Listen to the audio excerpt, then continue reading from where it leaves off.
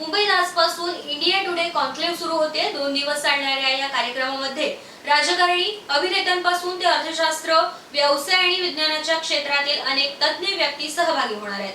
हा कार्यक्रम hotel grand हयात येथे होणार असून आज पहिल्या दिवशी या कार्यक्रमाचे उद्घाटन महाराष्ट्राचे उपमुख्यमंत्री आणि भाजप नेते देवेंद्र फडणवीस यांच्या हस्ते होणार आहे। त्यानंतर या कार्यक्रमाला सुरुवात होईल।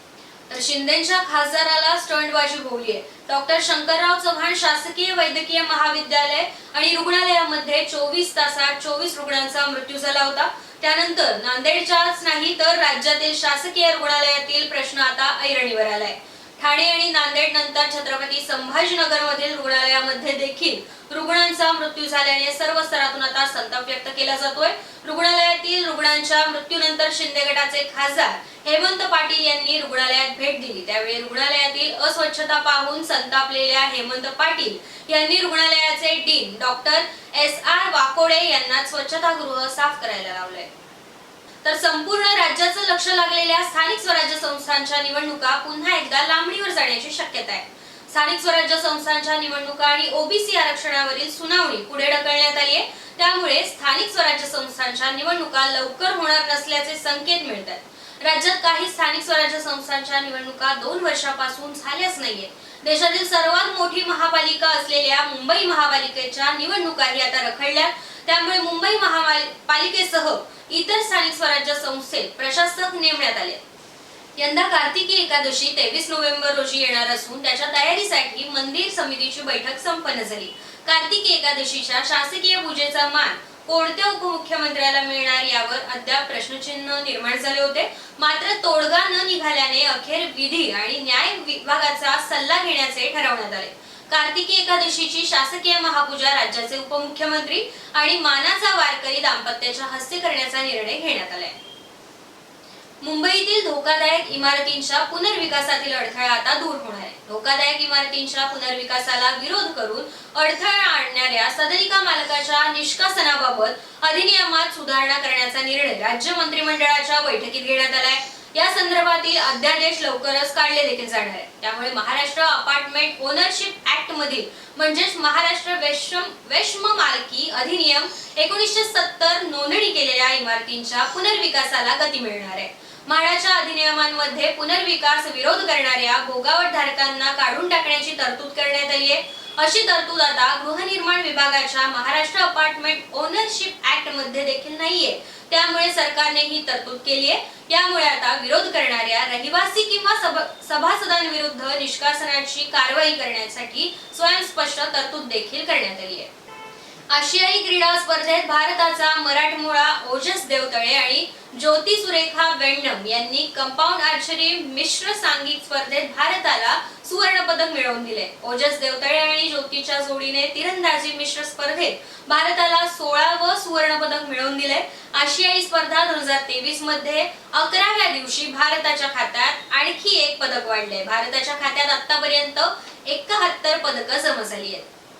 तर वन डे विश्वचषकाला गुरुवारी अहमदाबाद मध्ये नरेंद्र मोदी स्टेडियमवर सुरुवात होत आहे। गतविजेता इंग्लंड आणि उपविजेता न्यूझीलंड यांच्यात पहिला सामना खेळला जाईल। त्याआधी आयोजित होणारा उद्घाटन सोहळा मात्र अचानक रद्द केल्याचे वृत्त समोर आले। हा सोहळा नेमका कुठल्या कारणास्तव रद्द झालाय त्याचं स्पष्टीकरण मात्र ICC आणि BCCI ने दिलेलं नाहीये। या वृत्तपत्रानुसार सहभागी झालेल्या 10 संघांचे कर्णधार बुधवारी म्हणजे 4 ऑक्टोबर रोजी आज अहमदाबाद येथे एकमेकांची भेट घेणार असून विश्वचषकासह त्यांचे फोटो सेशन देखील होईल अशी माहिती उपलब्ध झाली। तर पेण तालुक्यातील गडपगावची सुकन्या नेहा पाटील कलर्स मराठी वाहिनीवरील ढोलकीच्या तालावर या कार्यक्रमात महाअंतिम फेरीत अंतिम विजेती झाली असून महाराष्ट्राची लावणी सम्राज्ञी ठरली आहे। नेहा पाटीलने पेण तालुक्यासह रायगड जिल्ह्याचं नाव मोठं केलंय। ठिकठिकाणी तिचं स्वागत होत असून आता पेण तालुक्यातील प्रसिद्ध उद्योजक आणि विक्रम मिनीडोर चालक मालक संघटना जिल्हाध्यक्ष यांनी पेणवासियांकडून तिचं स्वागत केलंय। अलिबाग तालुक्यातील पेजारी नजीकच्या दिवलांगे येथे शनिवारी रात्री वीज पडून बाप लेकाचा दुर्दैवी मृत्यू झाला होता। या मृत्यूच्या वारसांना तातडीने आर्थिक मदत मिळावी यासाठी शेतकरी कामगार पक्षाचे सरचिटणीस आमदार जयंत पाटील यांनी प्रशासनाकडे पाठपुरावा केला होता। लवकरच मृतांच्या वारसांना सुमारे 8 लाख रुपयांची आर्थिक मदत आता मिळणार आहे। दिवलांग येथील रघुनाथ म्हात्रे आणि त्यांचा मुलगा ऋषिकेश म्हात्रे हे दोघे रात्री शेतावर गेले होते. अतिवृष्टीमुळे वीज कोसळून दोघेही जागीच मृत पावले. या घटनेची माहिती आमदार जयंत पाटील यांना समजताच अलिबाग मध्ये तहसीलदार यांच्याशी त्यांनी संपर्क साधून म्हात्रे कुटुंबियांना तात्काळ जास्तीत जास्त आर्थिक मदत मिळवून देण्यासाठी चर्चा करण्यात आली. तसेच याबाबतचं पत्र व्यवहार देखील करण्यात आलं. गेल्या अनेक दिवसापासून प्रलंबित असलेल्या ग्रामपंचायतीच्या निवडणुकांचं बिगुल अखेर वाजलंय. रायगड जिल्ह्यातील 210 ग्रामपंचायतींच्या सार्वत्रिक निवडणुकांसाठी आणि 99 सदस्य पदांच्या तर 10 सरपंच पदांच्या पोटनिवडणुकांसाठी आता 5 नोव्हेंबर 2023 रोजी मतदान होणार आहे, अशी घोषणा राज्य निवडणूक आयोगाने जाहीर केली आहे. संबंधित ग्रामपंचायतींच्या क्षेत्रात आचारसंहिता लागू देखील करण्यात आली आहे. नामनिर्देश पत्रे 16 ते 20 ऑक्टोबर 2023 या कालावधीत दाखल करण्यात येणार आहेत. नामनिर्देश पत्रांची छाननी 23 ऑक्टोबर रोजी होईल. नामनिर्देश पत्रे 25 ऑक्टोबर रोजी दुपारी 3 वाजेपर्यंत मागे घेता येतील. त्याच दिवशी निवडणूक चिन्हांचं वाटप देखील करण्यात येईल. 5 नोव्हेंबर रोजी सकाळी 7:30 ते संध्याकाळी 5:30 या वेळेत मतदान होईल आणि 6 नोव्हेंबर रोजी मतमोजणी होणार आहे.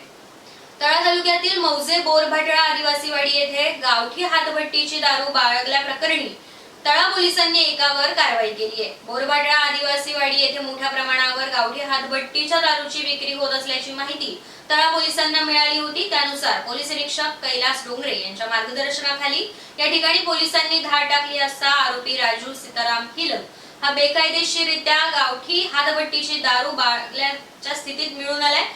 त्याबाबत पोलिसांनी आरोपीवर गुन्हा दाखल केला असून आता घटनेचा अधिक तपास पोलीस निरीक्षक कैलास डोंगरे यांच्या मार्गदर्शनाखाली पोलीस नाईक खिगरीट हे करत आहेत. उरण तालुक्यातील खोपटे गावात 8 ऑक्टोबर रोजी सकाळी 10 वाजता भव्य रोजगार मेळाव्याचे आयोजन करण्यात आले. गोरख रामदास ठाकूर आणि मित्र परिवार तसेच भाजप यांच्या वतीने हा मेळावा आयोजित करण्यात आलाय. या संधीचा पुरेपूर लाभ घेऊन नोकरी मिळवण्यासाठी संधी प्राप्त करून घ्यावी. मोठ्या संख्येने या रोजगार मेळाव्यासाठी उरण तालुक्यातील युवक आणि युवतींनी उपस्थित राहण्याचं आवाहन यांच्यातर्फे आता करण्यात आले. संपूर्ण देशात महात्मा गांधी जयंतीचे औचित्य साधून स्वच्छता हीच सेवा हा उपक्रम राबवण्यात आला. या अनुषंगाने स्वच्छता ही सेवा 2023 या योजनेअंतर्गत नवी मुंबई महानगरपालिका घोषित 267 ठिकाणी स्वच्छतेसाठी प्रशासनाने निवड केली. सानपाडा येथील असे एक अडगळीत पडलेले दुर्लक्षित ठिकाण होतं. त्याची नोंद पालिकेने निवडलेल्या ठिकाणांमध्ये नव्हती. त्या ठिकाणी निलेश कचरे या युवकाने स्वखर्चाने स्वच्छता साहित्य खर्च करून संपूर्ण 8 तासात एकटाच राबून ते ठिकाण संपूर्ण स्वच्छ केलंय. ही एक आदर्श कृती त्यांनी केल्याने त्यांचं आता कौतुक केलं जातंय.